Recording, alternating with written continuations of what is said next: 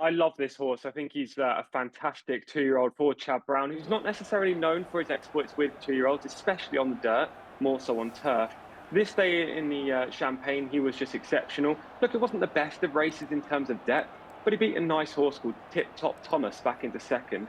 And the form for that runner from his maiden and obviously this race has been pretty strong. So Chancellor Patrick boosted his claims to win the Juvenile this day, but his previous success in the Hopeful, where he came from last to first, beating Ferocious, arguably makes him the horse to beat.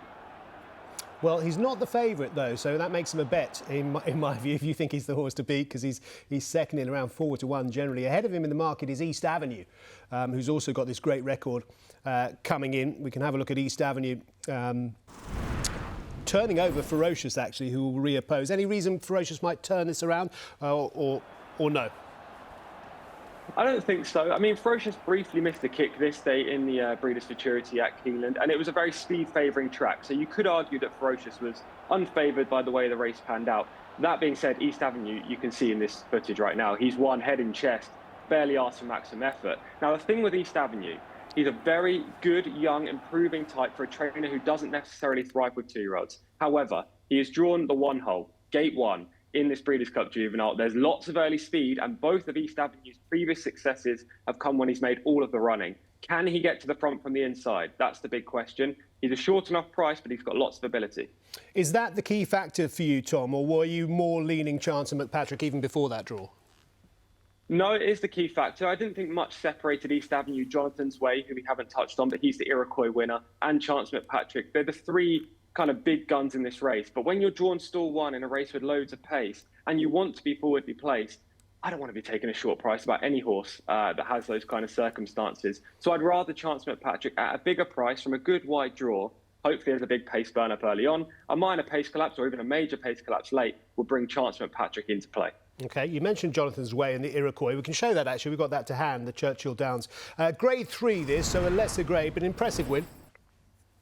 Yeah, very impressive. This horse produced one of the best maiden stakes victories of the whole season when he won at Saratoga, coming from last to first after missing the kick. And this day in the Iroquois, he showed much more professionalism, getting to the front from the outset, albeit there was a long run to the first turn. And in the latter stages, you can see him fend off the likes of Owen Almighty and a couple of other smart types in behind. I wouldn't necessarily say this form is as good as the Claiborne Futurity or the Champagne /Hopeful that Chancellor McPatrick's won, but Jonathan's Way represents a trainer in Phil Bauer who strikes at around 30% this season and cannot be underestimated. OK, but given the draw, Chancellor McPatrick for you? Yes, Chancellor McPatrick, hopefully a last to first. Brilliant run and victory for Flavian Pratt and Chad Brown for this. OK, that's the juveniles on the dirt, of course. We've got the juvenile fillies over the same trip, of course, 8.5 furlongs. There's just a recap of the market before we sign off on that. 4-1, Chancellor McPatrick. It's a nice price, isn't he? Jonathan's Way, 11-2, getting a good mention there as well. But we're taking on East Avenue at the front of the market there, given his tough draw. But he's a very exciting talent as well. Let's have a look. Tom, at the fillies, as I say, same trip, the 8.5. Now, non-compliant, we've seen reports, you've probably seen the same. It's not officially coming out of our system at the moment, but I think it's on the record, isn't it, that she's failed a PET scan and she's going to be scratched for Bob Baffert. Yeah, it's unfortunate. She would have been a major contender in this race, especially given her deep closing running style when there's plenty of speed in the field, much like we've just talked about in the Juvenile. Yeah, it's unfortunate she can't run. She's one of 3 vet scratches so far, but it just opens the door for plenty of other fillies in this race. Yes, one of which, of course, is Immersive for Brad Cox. Another key player for Godolphin on the night. They've got a lot of American-trained interest, as well as, of course, the horses that we know from over here. This is Immersive beating Quick last time out. Yeah, she was in behind the speed this day. I was expecting her to jump on the front, but she didn't. She took a stalking role, which stands her in good stead for this race on Friday. But you can see she has a little bit of a wobble in the home straight. This was her first ever attempt over a mile in a routing contest. She previously won a couple of sprints. OK, she hits the line relatively strongly, but given they're likely to go faster in the juvenile fillies than they did in the Alcibiades, I'm not convinced that she's got the necessary stamina to hold off some of her rivals. Yeah, that was a bit of a wobble, wasn't it, watching that replay again. Another one who was in good winning form in Grade 1 company last time out was Scottish Lassie. What do we make of her? Well, I really liked her in the Frisette last time. She was a maiden going into the race. She only finished fourth on debut, but she really improved in the Frisette at good odds. You'll see in this footage, she quickens clear after travelling nicely just in behind the leaders, and she eventually wins by a wide margin. This was Jorge Abreu, her trainer's first ever Grade 1 success. He's looking to go back-to-back by winning his first ever Breeders' Cup race, and this filly seems to have a good chance. However, she does lug a little bit left under pressure. She represents connections, as I say, that have never really struck at this kind of level, including jockey Jose Lezcano, who's more usually seen in New York in allowance races for Linda Rice and other trainers. She's drawn post 10. It's another issue for her. She wants to be forwardly placed, but she's going to be situated wide. She has every chance, of course. It's only going to be her third start. It's just whether she can improve and sit wide and still win a race of this calibre. OK. Question marks over the couple we've talked about there, Tom. Does that mean you're looking elsewhere? I am, yes. I'm going to be looking towards the Japanese horse, American Bikini. 3 runs so far in Japan. All 3 have been very impressive. Ryan Moore crucially gets the ride, which I didn't know until the draw on Monday when it was made. I liked her previous to the draw, I have to admit. Her form in Japan has been strong. We've seen how good the Japanese challengers have been over, especially on the West Coast in the Breeders' Cup in the past. And with non-compliance out, that kind of boosts my confidence for awesome Bikini. American Bikini, sorry. Well, maybe she will be awesome.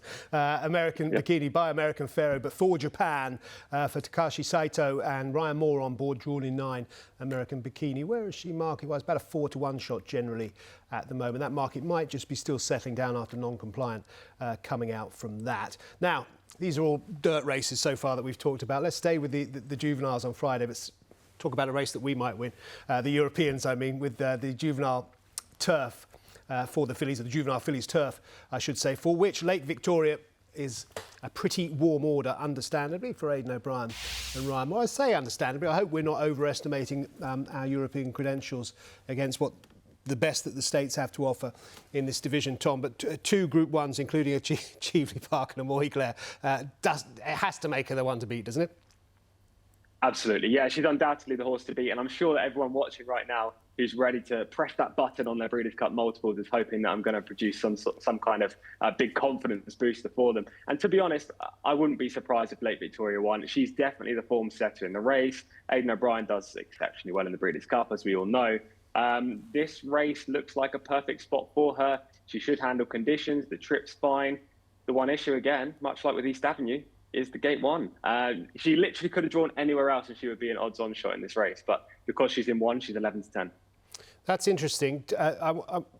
Just tease that out for us a bit more, because obviously 4 wins, but they've come at the Curragh and Newmarket. It's hard to think of more different venues than the challenge you'll face around an American turf track. And is that compounded by that one and the turning and the pace of the race?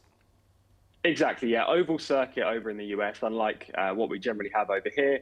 If you even half miss the kick, half a stride, lose half a length at the start, you're immediately kind of forced back in the pack, because the horses will immediately congregate over to the rail. No one wants to be situated wide, especially on the turns at Del Mar. So Ryan's main aim here is not only to get the horse out, but also to make sure that she finds her stride quickly and can ascertain that position that Ryan wants to be in. Then Ryan will have the problem of trying to get a clear run, because it's likely she's going to ride the rail throughout. We saw with August Rodin last year, Ryan is a master at doing that. So maybe it's not a massive concern, but it's still another question mark for Lake Victoria in this spot. With a clean break and a clear run, she should win. Yep.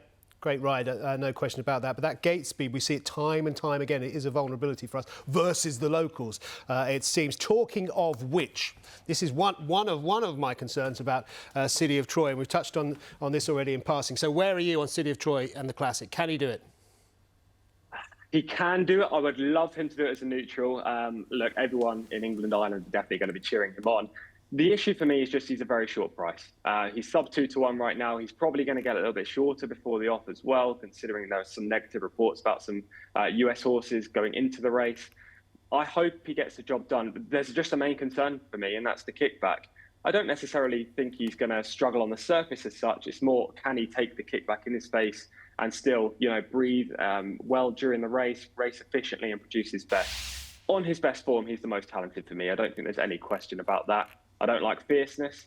No horse has ever won the Breeders' Cup Juvenile and come back the following year to win the Classic. And then you're looking further down and you get the Japanese Challenger and a few other US horses who, to be honest, look beatable. So I think City of Troy, if he handles conditions in the kickback, he'll win. I don't like the price, so it's Forever Young for me.